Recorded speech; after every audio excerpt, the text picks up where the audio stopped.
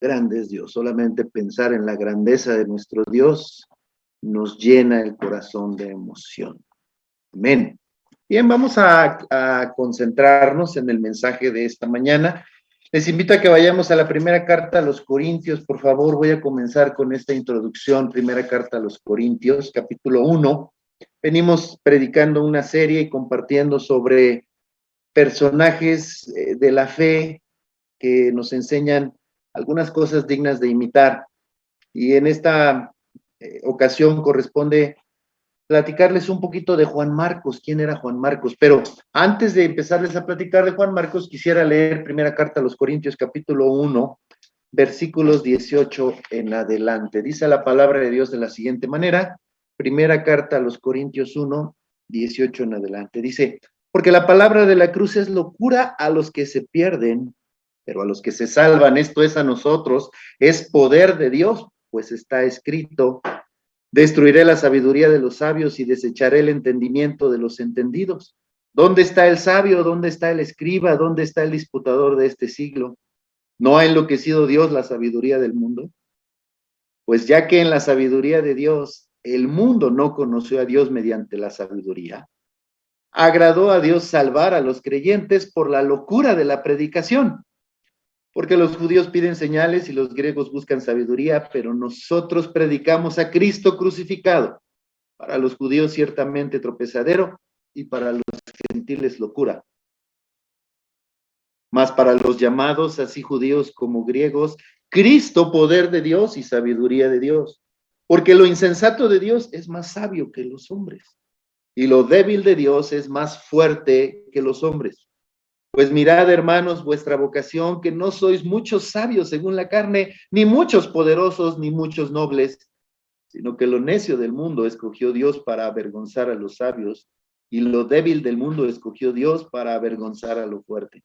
Y lo vil del mundo y lo menospreciado escogió Dios, y lo que no es para deshacer lo que es, a fin de que nadie se jacte en su presencia. Mas por él estáis vosotros en Cristo Jesús, el cual nos ha sido hecho por Dios, sabiduría, justificación, santificación y redención, para que como está escrito, el que se gloría, gloríese en el Señor. Oremos. Padre, en el nombre de Jesús te damos gracias por tu palabra, siempre viva, siempre eficaz. Gracias, Señor. Gracias porque a través de ella nos hablas, nos instruyes, nos enseñas. Y rogamos una vez más que sea tu Espíritu Santo el que hable a nuestro corazón, nos enseñe más acerca de ti, de tu buena voluntad, y nos des la gracia de comprender, Señor, cómo tú utilizas vidas. Tú cumples un propósito en las vidas y tienes un propósito de bien para las vidas. Por favor, Señor, ruego que nos hables y nos enseñes acerca, Señor, de esta verdad. En el nombre precioso de Cristo Jesús, nuestro Señor y Salvador. Amén. Amén. Lo primero que tengo que decir a la luz de este pasaje que acabamos de leer es que necesitamos entender que el Evangelio es poderoso para transformar una vida. ¿Por qué es poderoso? No por nosotros, no por cómo lo compartamos, no por lo que hagamos para compartirlo, sino porque es el corazón de Dios para la salvación de la humanidad.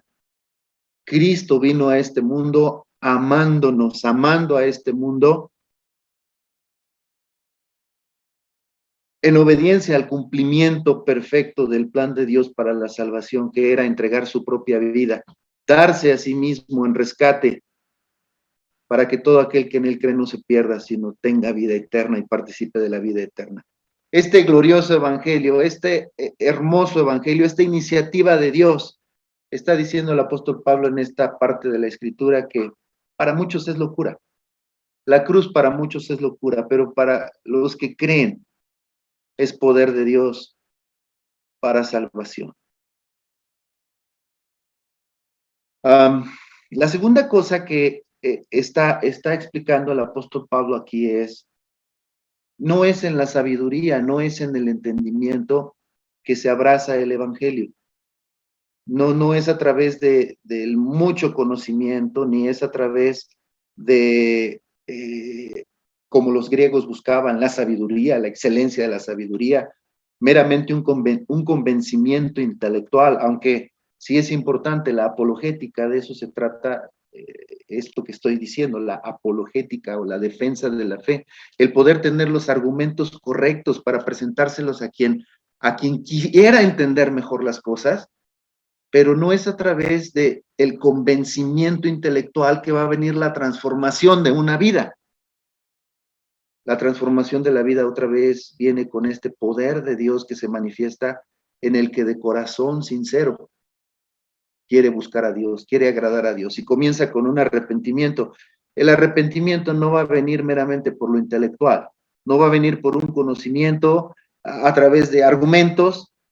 El arrepentimiento viene por un ser francos con la conciencia y entender que se ha deshonrado a Dios y que no se está glorificando el nombre de Dios y que hay algo que no se está haciendo bien y que se necesita entonces la gracia y el poder de Dios para ser perdonado y transformado. No es meramente por intelecto, por conocimiento o por raciocinio, es por rendir la voluntad. Bien. Y en tercer lugar, lo que está diciendo el apóstol Pablo en este pasaje es que Dios escoge a personas arrepentidas y con un buen corazón, no porque están llenas de talentos, de dones, de virtudes, sino porque quieren agradar a Dios. Y Dios las usa para el engrandecimiento de su reino y para su obra y para sus propósitos, avergonzando a lo que en este mundo se siente fuerte, a lo que en este mundo se siente lo mejor de lo mejor, pero no son las virtudes humanas, no es la exaltación de la vanidad humana o del ego humano, sino es la excelencia del poder de Dios que actúa en aquel que puede ser tan sencillo o tan humilde, o déjenme decirlo así, tan incapaz en sus propias fuerzas, pero ha sido capaz de reconocer su necesidad de Dios y Dios lo usa para su gloria y para el engrandecimiento de su reino. Con esto en mente, ahora sí vamos a entrar en el testimonio de Juan Marcos. ¿Quién fue Juan Marcos? Bueno, Juan Marcos era un joven que quería servir a Dios y caminar con el Señor. De manera muy interesante, la Biblia describe que es primo o fue primo de Bernabé. Recuerdan este Bernabé que es el que toma al apóstol Pablo en su conversión y lo disipula y lo anima en sus primeros pasos de la fe y después lo acompaña a presentarse con los apóstoles en Jerusalén y los apóstoles todavía le tienen temor a este Saulo, perseguidor de cristianos, que manifiesta que se ha convertido y el mismo Bernabé da testimonio de que sí se convierte y es una nueva persona. Y entonces Bernabé tiene este corazón pastoral, corazón de mentor, paciente, de un coach que acompaña, de un mentor que está ahí. Y a parecer Juan Marcos entonces es primo de Bernabé, más joven, y refiere la Biblia también que es hijo de María de Jerusalén, haciendo esta connotación o esta diferencia a otras Marías que menciona la Biblia. Es una María que vivía en Jerusalén, que al parecer es una de las primeras convertidas, por ahí en Hechos capítulo 2, en el discurso de Pedro, posiblemente, que aceptan el Evangelio y también es posible que haya sido de una buena posición económica, puesto que invita a su casa y se comienza una reunión en su casa, es decir, una iglesia en su casa y tiene las posibilidades económicas de dar de comer, de ser buen anfitrión. Entonces, se habla entonces al menos de que gozaba de una posición económica buena, considerable. No hablamos de riqueza, de opulencia, pero tampoco hablamos de personas pobres o en escasez y necesidad. En este contexto, el joven Juan Marcos también se convierte. En este contexto en que su mamá abraza el evangelio, en que en su casa se está haciendo una iglesia casa y se está enseñando la palabra de Dios, el joven Juan Marcos empieza a aprender, a ser discipulado y a dar sus primeros pasos en el Señor.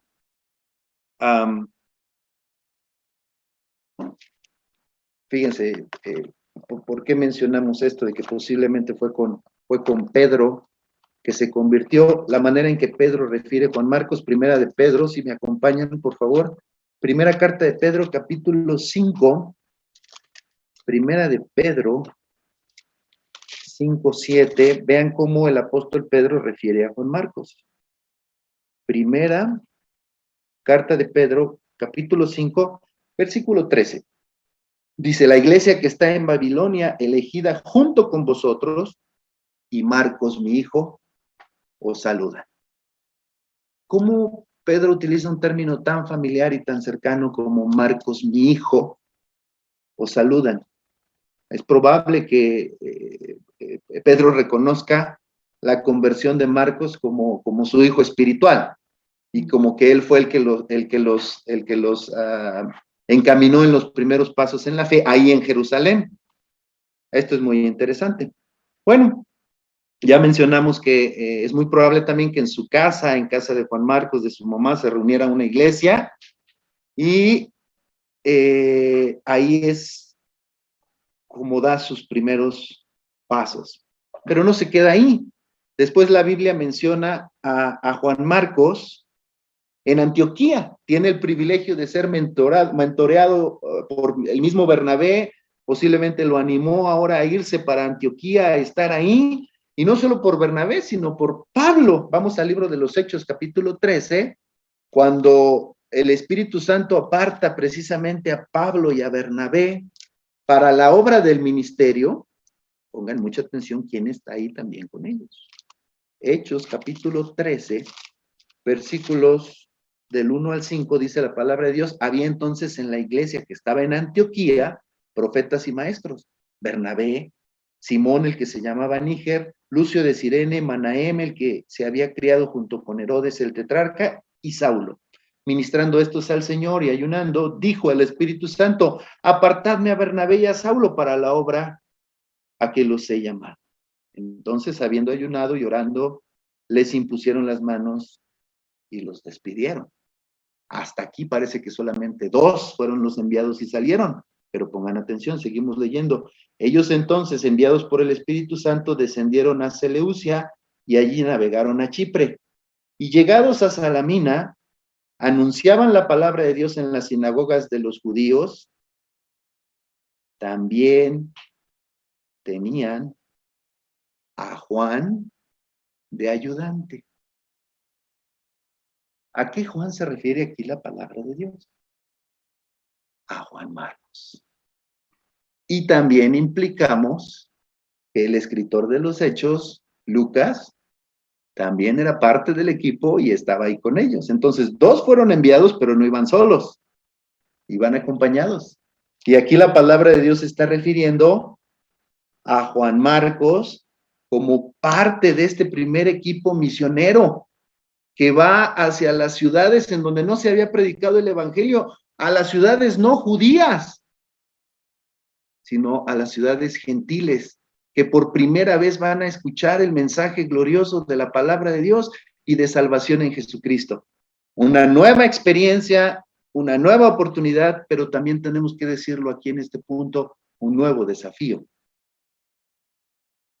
Si nos quedamos ahí, todo parece miel sobre hojuelas, y tenemos que decir que Juan Marcos tiene el privilegio de ser mentoreado por Pablo y Bernabé en el trabajo del ministerio evangelizando en las nuevas ciudades, un trabajo muy importante. Si nos quedamos leyendo hasta ahí, no vamos a entender lo que sigue de la historia. Necesitamos interpretar lo que es un viaje misionero. Necesitamos interpretar lo que es ir a un nuevo lugar. No es tan fácil, no es tan rápido y no es tan sencillo. Hay adversidad, hay oposición, hay necesidad. En otras porciones el apóstol Pablo describe el ministerio como: hemos sufrido aflicciones, hemos sufrido persecuciones, hemos sufrido incomprensión, hemos sufrido hambres, hemos sufrido cárceles. Y aquí entonces tenemos que empezar a interpretar que el ministerio, aunque es una obra de Dios, un llamado de Dios y una obra muy importante que lleva la bendición de Dios, también conlleva desafíos, luchas, retos, pruebas, angustias, dolores, persecuciones, escasez, enfermedad. Y aquí es en donde necesitamos empezar a aprender que lo que leemos en muy pocas palabras de un verso a otro conlleva mucho, mucho en la realidad de lo que sucede en las cosas. Es decir, leemos narraciones del libro de los Hechos o de otras porciones de la Biblia y nos pasamos de una historia a otra, de un evento a otro. Sin embargo, entre líneas no alcanzamos a percibir todo lo que pasa y todo lo que se sufre y todo lo que se tiene que hacer y se tiene que enfrentar para que esto suceda. Si ustedes se dan cuenta, yo pasé rápidamente de la lectura del versículo 3, Hechos capítulo 13, versículo 3. Entonces, habiendo ayunado y orado, les impusieron las manos y los despidieron. Y pasamos muy rápido al versículo 4. Enviados por el Espíritu Santo, descendieron a Seleucia y de ahí navegaron a Chipre. ¿Pero qué implicó eso? ¿Qué implicó esa lectura que hice en unos pocos segundos? Tiene mucho. Son muchos días. Son muchas cosas. Es, es dinero, es esfuerzo, es compromiso, es salir de un lugar de comodidad a un lugar diferente que no se conoce, pues hasta el que tiene el espíritu más aventurero, con todo ánimo y con todo deseo y con todas ganas, también se cansa y también necesita dormir y también necesita comer y también necesita vestirse. Entonces, todo eso no lo leemos y así normalmente pasamos en las historias del libro de los Hechos perdiendo detalles de cómo pudieron haber sido las cosas. Claro, no lo dice la escritura, pero necesitamos aprender a interpretar la historia de seres humanos finitos, falibles, que también se cansan, que se desgastan, que se desaniman. ¿Y por qué les digo todo esto? Porque precisamente parte de la historia de Juan Marcos es que en algún momento se desanimó y se regresó a Jerusalén. Miren, acompáñenme a leerlo. Hechos. Ah, no, estamos ahí mismo en el 13. Leí hasta el 5 y luego voy a leer el 6. Dice, y habiendo atravesado toda la isla hasta Pafos, hallaron a cierto mago falso profeta judío llamado Bar Jesús, que estaba con el procónsul Sergio Paulo, varón prudente. Este, llamando a Bernabé y a Saulo, deseaba oír la palabra de Dios, pero le resistía Elimas, el mago, pues así se traduce su nombre, procurando apartar de la fe al procónsul. Entonces Saulo, que también es Pablo, lleno del Espíritu Santo, fijando los ojos en él, dijo, oh, lleno de todo engaño y de toda maldad, hijo del diablo, enemigo de toda justicia, ¿no cesarás de trastornar los caminos rectos del Señor? Ahora pues, he aquí la mano del Señor está contra ti y serás ciego y no verás el sol por algún tiempo. E inmediatamente cayeron sobre él oscuridad y tinieblas, y andando alrededor buscaba quién le condujese de la mano. Entonces el procónsul, viendo lo que había sucedido, creyó, maravillado de la doctrina del Señor. Rápidamente la Biblia nos narra una historia de fe en el Señor Jesucristo, pero oposición y al mismo tiempo victoria de los siervos del Señor. Bueno, pongan mucha atención, versículo 13 lo que dice. Habiendo zarpado de Pafos, Pablo y sus compañeros arribaron a Pergue de Panfilia. ¿Qué dice inmediatamente después? Pero Juan, apartándose de ellos, volvió a Jerusalén. ¿Por qué Juan Marcos se regresó? ¿Por qué no continuó en el viaje? Si ustedes se dan cuenta, este primer viaje misionero todavía tiene mucha historia, todavía hay más cosas que suceden. ¿Por qué Juan Marcos a la mitad del camino decide regresarse? Bueno, hay muchas posibles razones que necesitamos entender. Juan Marcos era joven, estaba aprendiendo de sus mentores. Juan Marcos posiblemente no había salido de Jerusalén, no conocía otra cosa. Estaba en la iglesia de Antioquía cuando Pablo y Bernabé son apartados para el ministerio y deciden llevárselo. Posiblemente le cayó de peso lo nuevo, el cambio, la diferencia, estar en ciudades gentiles y no ciudades meramente judías. Esa es una posible razón. Otra razón es que Juan Marcos no era tan aventurero, no tenía un espíritu tan aventurero, sino más bien tenía las cualidades de su personalidad como más temeroso a lo desconocido, no le gustaba enfrentar los cambios y los cambios le causaban mucha frustración. Pues es probable. Empezó a sentir nostalgia por su familia y decidió regresarse a donde estaba su familia, y eso posiblemente pues es otra razón válida.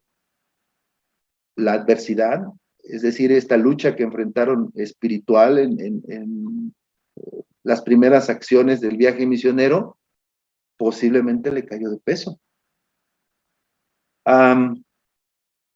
O tal vez ninguna de los anteriores, solamente estamos aquí tratando de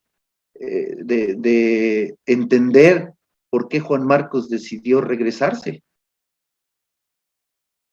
Pero hubo una razón de peso, porque al final decide regresarse y ya no continúa con ellos en el viaje misionero.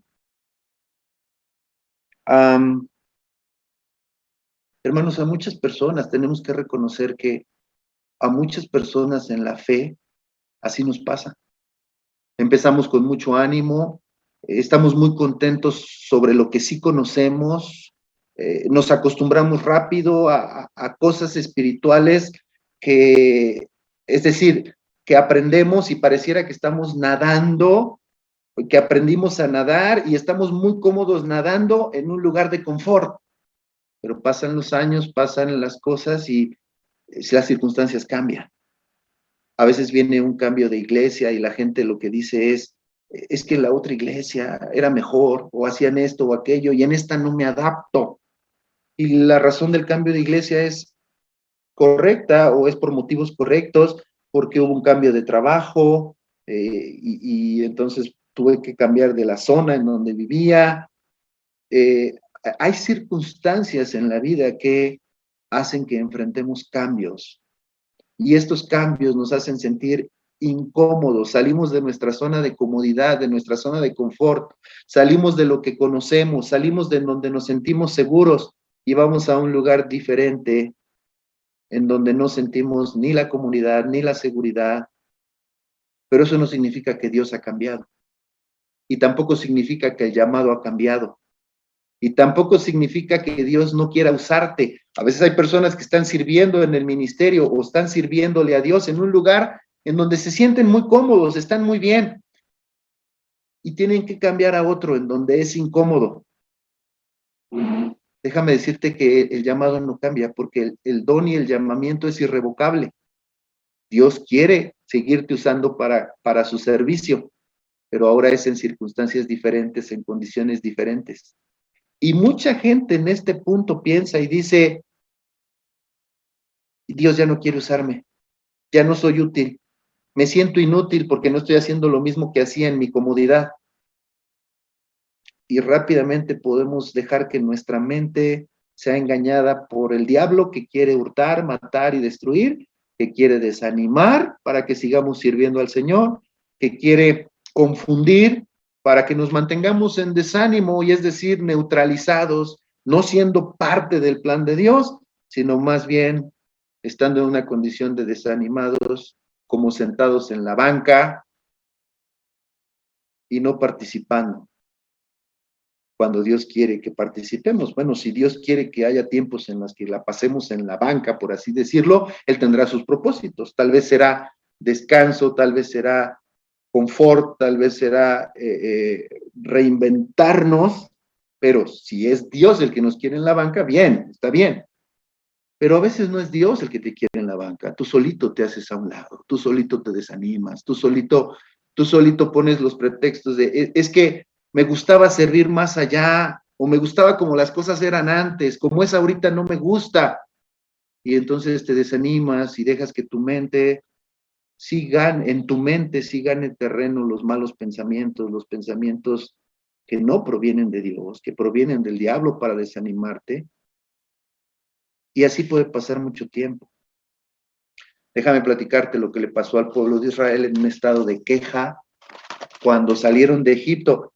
¿Ustedes creen que Dios en su mente tenía sacar al pueblo de Israel de Egipto para llevarlos a una condición peor?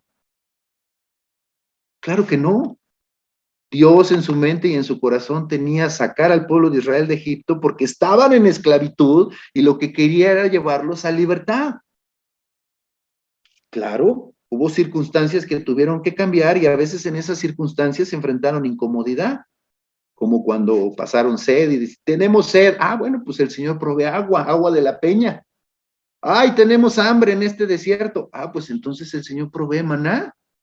Y no solamente el maná, porque cuando se cansaron de esta semillita con la que hacían harina todos los días, el Señor les mandó codornices. Noten cómo en este cambio el Señor, que es un cambio para bien en la mente y en el corazón del Señor, el Señor provee para ayudarlos en las circunstancias y en el cambio. Pero algo que le pasó al pueblo de Israel es, se quejó y se quejó y se quejó y dejó que en su corazón creciera la amargura por quejarse. Y llegaron a quejarse de tal manera que dijeron expresiones como, preferimos haber muerto en Egipto. Preferimos regresarnos a Egipto que a esta condición a la cual Dios, y luego le reclamaban a Moisés diciendo, tu Dios, ni siquiera eran capaces de reconocer y de decir, nuestro Dios, o el Dios que tiene un plan de bien para nosotros, sino reclamándole a Moisés, tu Dios nos vino a sacar a esta circunstancia, a esta situación. Miren, qué triste testimonio y ejemplo, porque el resultado de eso fue que Dios dijo, de esta generación ninguno entrará en la tierra prometida, y 40 años la pasaron vagando en el desierto, porque dejaron crecer la amargura, el resentimiento, la añoranza de la vida sin Dios, que es lo que representa Egipto en la condición de esclavitud por el pecado, a una vida con Dios, cuando Dios quiere llevarlos a la tierra prometida, a una vida de bien.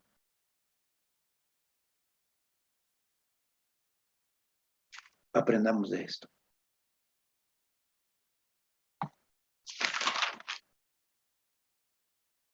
Dios no tiene pensamientos de mal para nosotros. Y cuando Él llama hacia algo que nos mueve, algo diferente, no es por nuestro mal, es por nuestro bien. Aunque no lo veas en el primer día o en el segundo o en el tercero, no te desanimes si no entiendes las razones de los cambios. No te desanimes si no entiendes lo que enfrentas y de pronto tienes la tentación de decir, era mejor en otro tiempo. No, no añores lo que en otro tiempo viviste, porque hoy Dios te tiene en este tiempo y en este tiempo Dios te va a sustentar. Y de esta manera Dios va a estar contigo y te va a guiar en su propósito y en su plan. Y regreso, si Dios te ha llamado, Dios tiene un plan de bien, pensamientos de bien, y Dios te va a sustentar. El, el don y el llamamiento de Dios son irrevocables. Así es que ante la tentación de desanimarnos por una circunstancia, ante la tentación de desanimarnos por una adversidad que no comprendemos, ante la tentación de desanimarnos, como le ocurrió a Juan Marcos, que a mitad del primer viaje misionero decidió regresarse a Jerusalén. Bueno,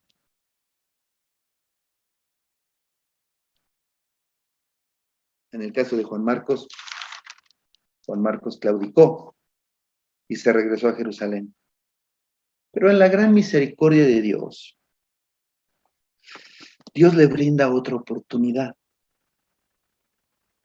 Miren, pasaron 2 años, 2 años después. 2 años después. Nuevamente se encuentran después del concilio de Jerusalén, Hechos capítulo 15, y viene la segunda oportunidad para Juan Marcos. Vamos a ver Hechos capítulo 15, versículos 36 al 38. Es cuando se están preparando para la salida al segundo viaje misionero. 2 años después de que Juan Marcos vivía esta experiencia de este primer viaje misionero y decidió regresarse a Jerusalén. Pongan atención, Hechos 15:36. Después de algunos días, Pablo dijo a Bernabé: volvamos a visitar a los hermanos en todas las ciudades en que hemos anunciado la palabra del Señor para ver cómo están. Y Bernabé quería llevarse consigo a Juan, el que tenía por sobrenombre Marcos, pero a Pablo no le parecía bien llevar consigo al que se había apartado de ellos desde Panfilia y no había ido con ellos a la obra.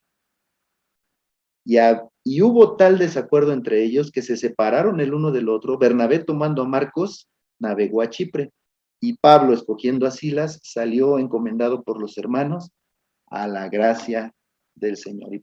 ¿Ven? Qué interesante. 2 años después de que Juan Marcos los dejó, otra vez tienen la oportunidad, pues, de formar equipo, de estar todos juntos, y Pablo se opone. Pero pongan atención, esta oposición de Pablo viene como una disciplina de Dios a Juan Marcos, diciendo: no fuiste persistente, no fuiste fiel, aprende. O sea, Pablo se opuso a llevarse a Juan Marcos porque no había sido perseverante, porque no había resistido y aguantado todo lo que ya les platiqué. Y entonces Pablo dice: en esta ocasión no lo vamos a llevar. De manera muy interesante, Bernabé tiene otro pensamiento. Bernabé dice: yo sí siento de parte de Dios darle una segunda oportunidad. Y el resultado de esto es que dos hombres consagrados a Dios, estoy hablando de Pablo, estoy hablando de Bernabé, enfrentan un desacuerdo en cuanto a la visión, y el resultado es que deciden separarse. Hermanos, esto a veces pasa. La gente a veces piensa que si somos muy espirituales no va a haber desacuerdos. Creo que no. Más bien, si somos espirituales, tenemos que enfrentar las diferencias y ante las diferencias generar buenos acuerdos, acuerdos pacíficos, acuerdos benéficos. Al final de cuentas, el resultado de esto, que se separaran en 2 equipos, resultó en la multiplicación. Fueron unos hacia un lado y otros hacia el otro. Uno con un propósito, este Pablo lo había descrito muy bien, querían volver a visitar a los hermanos, y Juan Marcos tenía otro propósito en mente. Que déjenme decirlo, ya Juan Marcos había pasado por este proceso de restauración de alguien a quien no querían, que era el mismo Pablo. ¿Se acuerdan que les dije al principio que Bernabé abrazó a Pablo cuando los discípulos no creían en él? Estando en Jerusalén decían: este es el asesino, este es el perseguidor de cristianos. Y Bernabé abraza a Pablo y lo mentorea y lo discipula, que pase un poquito más de tiempo para que lo acepten. Con Bernabé tenía este corazón pastoral, este corazón apacible, y lo vuelve a repetir con su propio primo. Juan Marcos se había equivocado, los había dejado en medio camino, pero había que restaurarle, había que comprender la situación, había que ayudarlo a madurar. Y Bernabé estuvo dispuesto a pagar el precio de caminar con él para ayudarlo a madurar. Por eso es que se forman estos 2 equipos. El apóstol Pablo continúa la obra del Señor visitando las iglesias, y Bernabé tiene el propósito de restaurar a Juan Marcos. Creo que en Juan Marcos hay una comprensión de la situación, entiende el error que cometió y entonces entra en un proceso de maduración interesante. Miren, pasaron, después de esto que les estoy platicando ahorita, pasaron 9 o 10 años. Pasó mucho tiempo, ya no se vuelve a mencionar a Juan Marcos. Lo que sí sabemos es que Juan Marcos reconoce que Bernabé lo está amando a pesar de su error y lo está mentoreando. Hasta ahí. Ya después no volvemos a leer más. Pero después de 10 años, claramente vemos que sí hay una recuperación en Juan Marcos y hay un ministerio fiel en donde sí fue aceptado por el apóstol Pablo. Interesante. Vamos a ver lo que dice Filemón. Esta carta de Filemón, versículos 23 y 24. Filemón 23 y 24.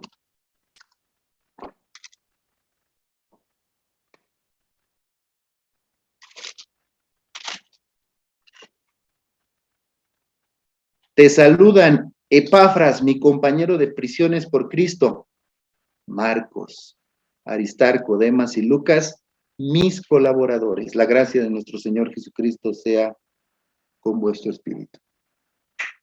¿Qué está implicando el apóstol Pablo? Después de que el apóstol Pablo dijo, no, Marcos no va con nosotros en este segundo viaje misionero, algo pasó con Juan Marcos. Sí hubo una restauración, sí hubo un proceso en donde Bernabé cumplió su función. Ya lo había hecho con Pablo, ahora lo hace con Juan Marcos. Entonces Juan Marcos madura, Juan Marcos crece en temple, en compromiso con Dios y en entender que el ministerio no es sencillo, no es fácil, hay adversidades, hay luchas, hay pruebas y hay que sobreponerse. Y Juan Marcos recibe una segunda oportunidad. Y estamos leyendo ahora en Filemón que el mismo apóstol Pablo lo reconoce como uno de sus colaboradores. Colosenses capítulo 4, versículo 10. Colosenses 4:10, también hay una mención de Juan Marcos por el apóstol Pablo, y dice, Colosenses 4:10, Aristarco, mi compañero de prisiones, os saluda, y Marcos, el sobrino de Bernabé, acerca del cual habéis recibido mandamientos. Si fuere a vosotros, recibidle. Una vez más hay mención aquí de Marcos, y pide a la iglesia de Colosas que si Marcos se presenta con ellos, lo reciban. ¿Qué significa esto? Un poquito más adelante, el versículo 11 dice, y Jesús llamado justo, que son los únicos de la circuncisión que me ayudan en el reino de Dios y han sido para mí un consuelo. Está reconociendo a Marcos entonces como ayuda en el reino de Dios y que en los momentos difíciles ha funcionado como un consuelo. Claramente vemos que Marcos aprendió la lección. En un momento los abandoné, los dejé, tuve la oportunidad de ser restaurado y después pasaron años, ya les estoy hablando de 9 o 10 años que pasaron, en donde el apóstol Pablo está reconociendo que Marcos ha sido ayuda en el reino y que ha sido para él un consuelo. ¿Qué significa? Que aprendió de eso y ya después no los abandonó, sino al contrario. Pagó el precio de ser colaborador, servidor, a pesar de lo que viniera. Wow.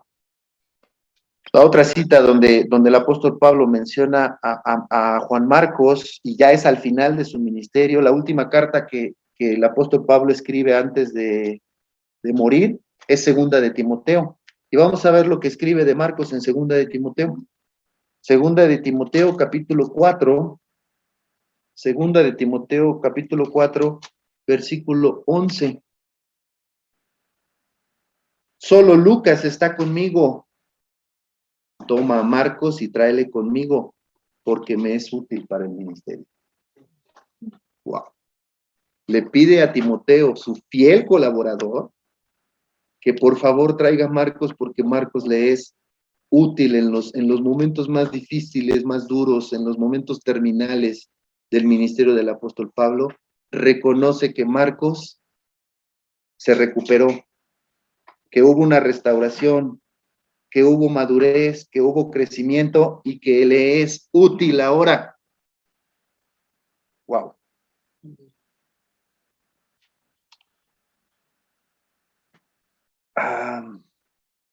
¿Qué pudo aprender Juan Marcos en todo este proceso? Juan Marcos pudo aprender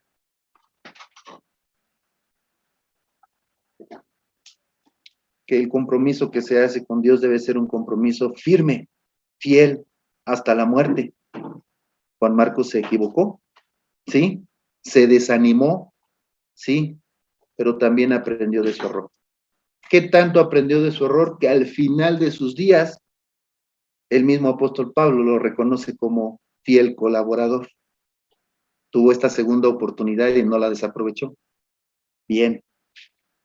¿Y a qué madurez llegó Juan Marcos? Solamente les recuerdo que el Nuevo Testamento tiene 8 autores y uno de ellos es Juan Marcos. Tenemos un evangelio escrito por él. Si se hubiera quedado desanimado, si se hubiera quedado, ya regresé a Jerusalén y no tengo otra oportunidad de servir al Señor. No, ya perdí mi chance.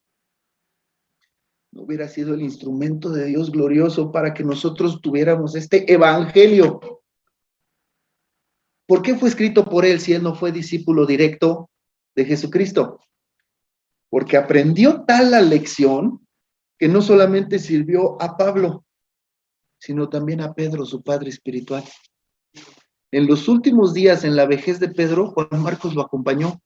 Y yo estoy seguro de que Pedro fue el que le estuvo diciendo todo lo que sucedió con Jesucristo, y por eso tenemos el testimonio de Marcos en el evangelio que escribió. Tenemos en Juan Marcos el testimonio de un hombre que tuvo una segunda oportunidad y la aprovechó. Tal vez tú estás en tu segunda oportunidad o en tu tercera. Aprovéchala. Confía en que el Señor que te ha llamado es fiel. Y necesitamos madurar. Necesitamos crecer en la fe a tal manera que nos comprometamos con el Señor y con su obra y digamos, Señor, sí voy aprendiendo. En otro tiempo me acobardé, en otro tiempo no fui fiel, fui desobediente. Basta de eso, Señor. Hoy me levanto en el nombre del Señor y decido que por favor, Señor, me hagas un instrumento útil para tu gloria. El Señor lo hace y por eso les dije que íbamos a relacionar la historia de Jonás con la historia de Juan Marcos. Jonás se negó a ir a Nínive por primera vez, pero Dios le dio una segunda oportunidad después de que el gran pez lo tragó. Y así todos tenemos esta segunda oportunidad, por la gracia de Dios, por la misericordia de Dios, por la obra de Cristo. No es en tu esfuerzo, no es porque tú eres especial a los ojos de Dios y por eso Dios te da más oportunidades a ti que a otros. No te equivoques. La gracia es la misericordia de Dios y si Dios te da una nueva oportunidad, aprovéchala. Oremos. Padre, en el nombre de Jesús te damos gracias. Gracias por este tiempo juntos. Gracias por tu preciosa palabra y el testimonio el día de hoy, Señor, que nos corresponde aprender y ver de Juan Marcos. Señor, eres un Dios que tus planes, tus pensamientos son planes de bien. Y nos invitas a participar de tu obra, Señor, como lo hiciste con Juan Marcos. Gracias, Señor, por brindarle una segunda oportunidad. posiblemente estamos identificados con esa condición. Tú nos das una segunda oportunidad hoy y queremos pedirte, por favor, Señor, que en tu gracia, en tu grande amor, en tu misericordia, tomes nuestras vidas. Si alguno que me esté escuchando incluso había estado desanimado de la fe completamente, por alguna razón, incluso hasta enojado, enemistado contigo, pensando que tú eras responsable de sus circunstancias, pero hoy, Señor, tú quebrantas su corazón, tú le haces entender, Señor, que eres un Dios de segundas oportunidades. Y si hay alguien que quiere estar a cuentas contigo, que quiere decir, Señor, gracias, me estás dando una nueva oportunidad, yo ruego en el nombre de Jesús, por favor, que muevas su corazón a arrepentimiento, que haya este deseo sincero, Señor, de agradarte, de caminar contigo, y que, Señor, nos lleves a la madurez, a comprometernos contigo, porque es lo mejor que podemos hacer. Gracias, Señor Jesús, por dar la vida por nosotros en la cruz del Calvario, precisamente para restaurarnos, para reconciliarnos, para darnos una nueva oportunidad, Señor, de caminar con el Padre.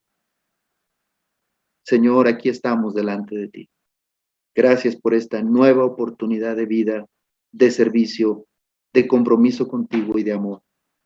Permítenos aprovecharla para la gloria de tu nombre. En el nombre precioso de Cristo Jesús. Amén y amén. Amados hermanos, les mando un fuerte abrazo, un saludo en el nombre del Señor. Y vamos a tomar la foto, los que quieran abrir su cámara. Vamos a tomar la foto del día. En 5,